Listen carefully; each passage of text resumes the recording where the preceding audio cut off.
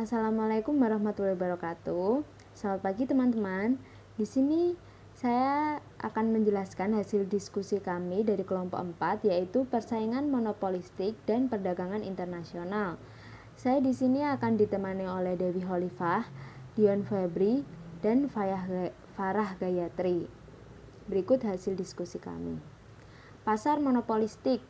Pasar monopolistik adalah sebuah bentuk pasar di mana ada banyak produsen yang saling berkompetisi dengan produk yang hampir serupa, namun memiliki beberapa perbedaan.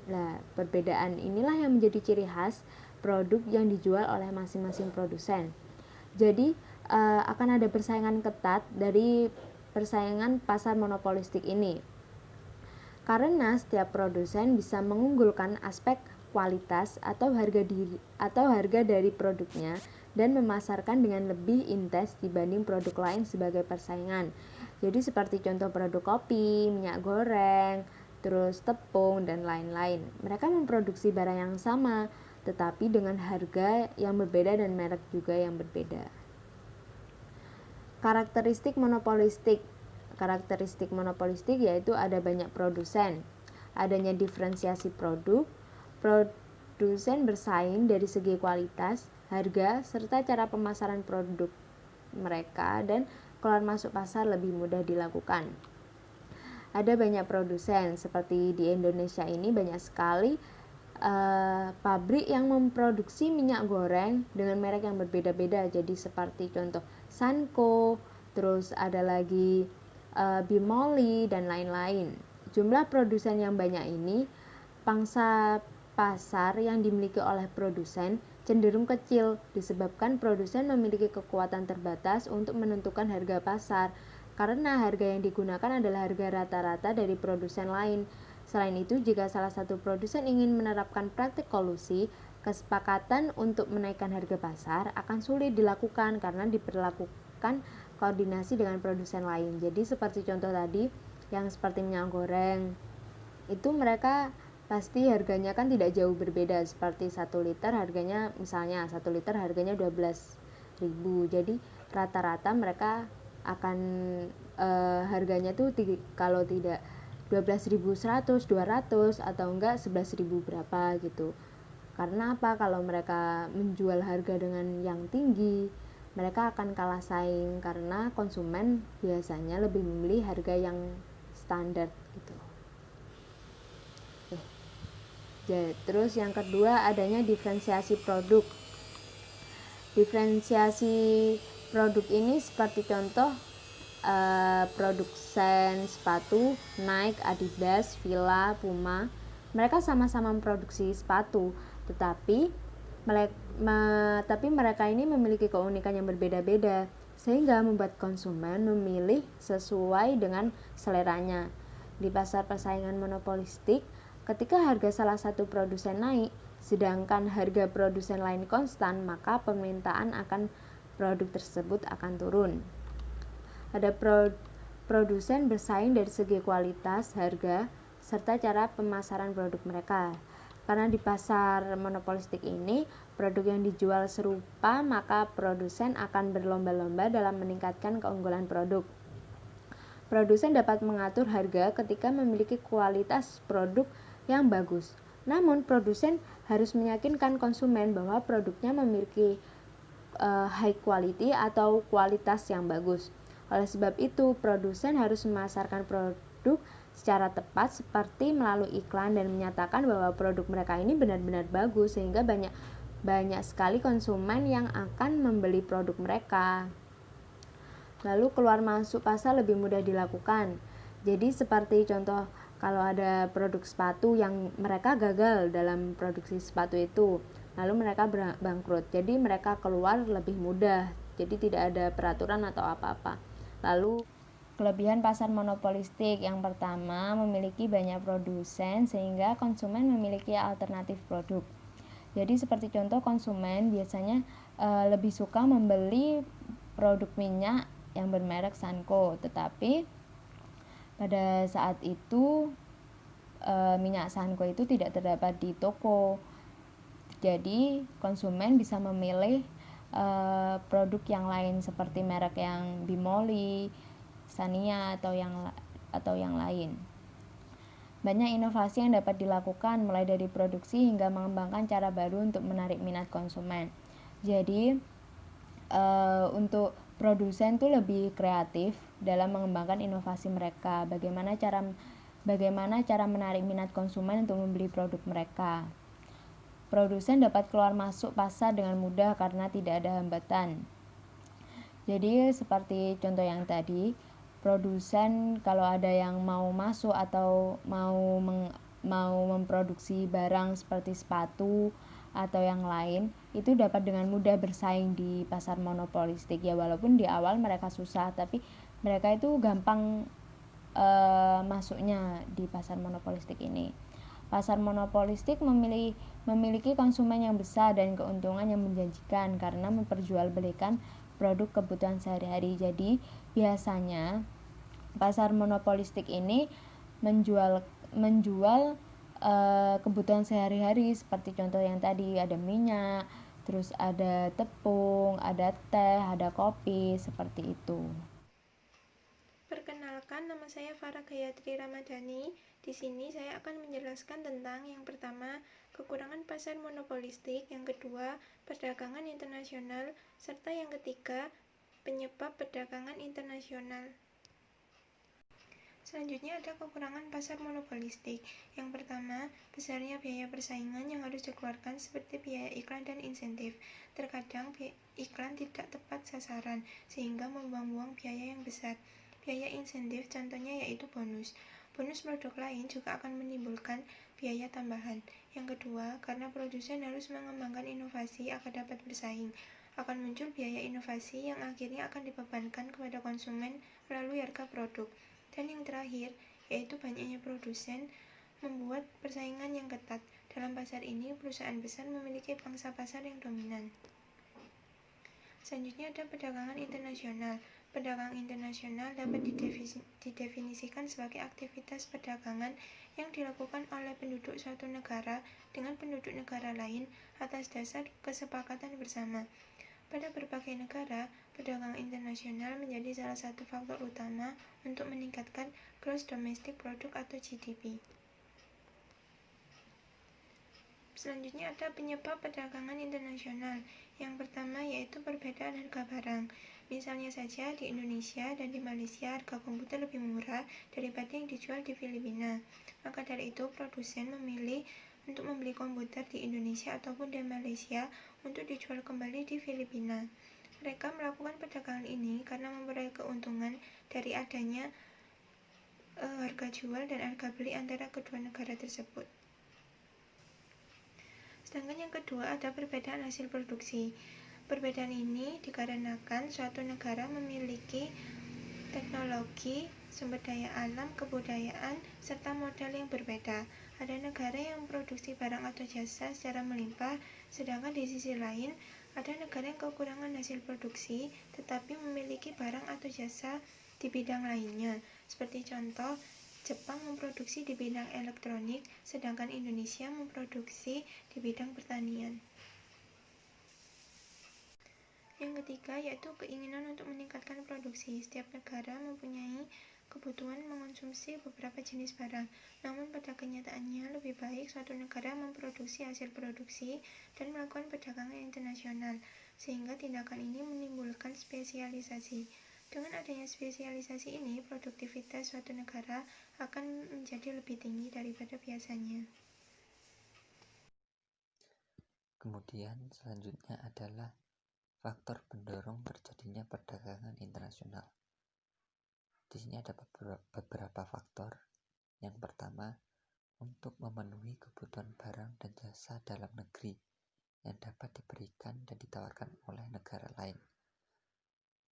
Maksudnya, setiap negara belum tentu mampu memenuhi kebutuhan barang dan jasa dalam negeri, sehingga hal ini akan mendorong suatu negara untuk memenuhi kebutuhan tersebut. Lalu bagaimana caranya? Caranya yaitu dengan melakukan impor dari luar negeri atau dari negara lain. Nah, dari sini diharapkan kebutuhan barang dan jasa tersebut akan terpenuhi dengan dilakukan perdagangan internasional. Yang kedua, adanya perbedaan kemampuan penguasaan keterampilan, ilmu pengetahuan, dan teknologi dalam mengolah sumber daya ekonomi. Yang ketiga, adanya perbedaan seperti sumber daya alam, iklim, tenaga kerja, budaya, dan jumlah penduduk yang menyebabkan perbedaan hasil produksi. Hal ini jelas sekali karena sumber daya alam setiap negara itu sangat berbeda-beda, sehingga untuk memperoleh hasil alam yang diperlukan suatu negara itu juga harus dilakukan dengan impor atau dilakukan dengan perdagangan internasional juga. Lalu yang keempat, keinginan membuka kerjasama, hubungan politik, dan dukungan dari negara lain sebagai konsekuensi dari adanya era globalisasi, sehingga tidak satu negara pun di dunia dapat hidup sendiri. Lalu yang kelima, untuk memperoleh keuntungan dan meningkatkan pendapatan negara dari perdagangan ekspor dan impor. Yang keenam, adanya keberagaman selera terhadap suatu barang yang dihasilkan pada negara lain, sehingga terbentuk transaksi perdagangan untuk memenuhi kebutuhan ini. Yang terakhir, adanya kelebihan produk dalam negeri, sehingga perlu pasar baru untuk menjual produk tersebut. Nah, ini juga berkaitan dengan faktor yang pertama. Ketika ada suatu negara yang kekurangan dan ada negara yang kelebihan barang dan jasanya, nah, negara yang kelebihan tersebut bisa mencari pasar terbaru. Nah, di mana? Yaitu di perdagangan internasional, dan yang menerima adalah negara-negara yang memerlukan atau yang kekurangan barang dan jasa tersebut. Selanjutnya adalah hambatan perdagangan internasional. Di sini ada 7 hambatan. Yang pertama, adanya kebijakan ekonomi yang diterapkan oleh suatu negara. Kenapa hal ini bisa menjadi hambatan? Nah, di sini ada aturan-aturan atau kebijakan-kebijakan negara itu berbeda dengan satu negara dengan yang lain itu berbeda-beda, sehingga terkadang aturan tersebut membuat perdagangan internasional itu terhambat atau ekspor impor itu menjadi terhambat. Lalu yang kedua, keamanan negara importir. Biasanya suatu negara yang memiliki keamanan, yang memiliki keterjaminan keamanan itu akan lebih sering menjadi tujuan untuk ekspor suatu negara karena negara tersebut sudah aman atau lebih aman. Lalu yang ketiga yaitu kuota impor untuk komoditi tertentu. Nah, kuota ini menjadi hambatan juga karena terkadang suatu negara membatasi impornya, sehingga tidak bisa sebebas mungkin untuk melakukan impor, dan ini akan menjadi hambatan juga dalam perdagangan internasional. Lalu yang keempat, larangan impor untuk komoditi yang dijaga pemerintah. Hal ini sudah jelas sekali. Lalu yang kelima, tarif impor yang tinggi. Nah, tarif impor yang tinggi ini akan menjadi pertimbangan suatu negara untuk mengimpor barang atau jasa, karena dengan pertimbangan apakah dengan impor ini akan lebih efisien, karena biaya atau tarifnya itu juga tinggi. Lalu yang keenam tuh subsidi ekspor. Yang ketujuh, embargo ekonomi. Nah, embargo ekonomi ini ada seperti pembatasan atau pelarangan ekspor dan impor pada suatu negara, sehingga pelarangan ini sudah jelas akan menghambat perdagangan internasional. Selanjutnya, dampak positif perdagangan internasional. Di sini ada lumayan banyak ya. Yang pertama, mempererat persahabatan antar negara, kemudian menambahkan kemakmuran negara. Sudah jelas dengan adanya perdagangan internasional, maka diharapkan kebutuhan barang dan jasa dalam suatu negara itu akan bisa terpenuhi, sehingga dengan demikian akan tercipta kemakmuran dan kesejahteraan. Lalu selanjutnya yaitu sumber pemasukan kas negara. Yang kelima, menstabilkan harga barang. Lalu yang keenam, menambah devisa negara. Yang ketujuh, meningkatkan kualitas produksi atau produk. Ya, di sini maksudnya dengan ada perdagangan internasional, maka setiap negara akan berusaha menghasilkan produk yang berkualitas sehingga dapat bersaing dengan produk-produk luar negeri atau produk-produk dari negara lain. Selanjutnya yaitu memperluas pangsa pasar. Sudah jelas sekali dengan perdagangan internasional, maka perdagangan suatu negara itu tidak hanya terbatas dalam lingkup negara tersebut, tetapi akan menjangkau lebih luas lagi ke negara lain. Selanjutnya itu mempercepat alih teknologi. Lalu yang terakhir, menciptakan efisiensi dan spesialisasi. Selanjutnya yaitu selain dampak negatif, perdagangan internasional juga memberikan dampak selain dampak positif, perdagangan internasional juga memberikan dampak negatif.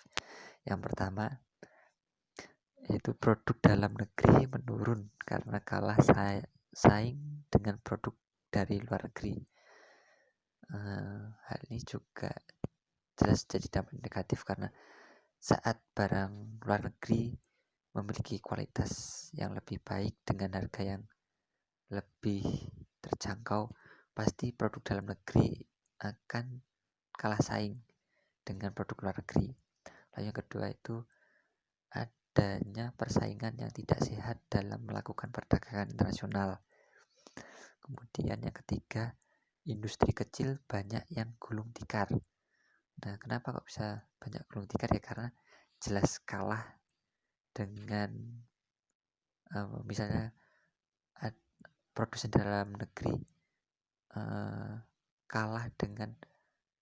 produknya kalah dengan barang atau jasa luar negeri, sehingga memaksa mereka harus gulung tikar. Itu selanjutnya itu ketergantungan pada negara maju. Terus yang terakhir itu masyarakat lebih konsumtif. Ya jelas sekali, karena saat ada perdagangan internasional maka barang dan produk itu akan beraneka ragam sekali yang ditawarkan oleh produsen, sehingga masyarakat akan lebih konsumtif dalam melakukan konsumsi. Yang selanjutnya adalah ekspor. Ekspor adalah aktivitas penjualan barang atau jasa ke luar negeri yang dilakukan oleh individu, kelompok, maupun instansi pemerintahan. Orang yang melakukan ekspor disebut sebagai eksportir. Tujuan eksportir adalah untuk memperoleh keuntungan. Dengan adanya aktivitas ekspor, pemerintah memperoleh pendapatan berupa devisa. Faktor yang mempengaruhi perkembangan ekspor suatu negara adalah sebagai berikut. Yang pertama adalah kebijakan pemerintah di bidang perdagangan luar negeri, keadaan pasar luar negeri, dan kelincahan eksportir untuk memanfaatkan peluang pasar. Selanjutnya adalah impor. Impor merupakan kegiatan pembelian terhadap barang dari luar negeri untuk dijual kembali ke dalam negeri yang dilakukan oleh individu, kelompok, maupun pemerintah. Orang yang melakukan kegiatan impor disebut sebagai importir. Kegiatan impor dilakukan apabila harga barang di luar negeri lebih murah. Dan untuk melindungi produsen yang lemah di dalam negeri, biasanya suatu negara akan membatasi jumlah kuota impor.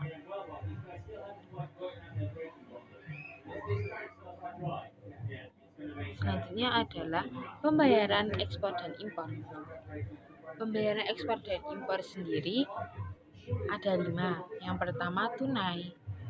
Yang kedua adalah pembayaran kemudian atau open account. Yang ketiga adalah wesel in sako atau collection draft. Yang keempat adalah consignment atau konsinyasi. Dan yang kelima adalah letter of credit atau LC. Sekian presentasi dari kelompok kami. Jika ada yang ingin ditanyakan, silahkan. Dan terima kasih atas perhatiannya. Wassalamualaikum warahmatullahi wabarakatuh.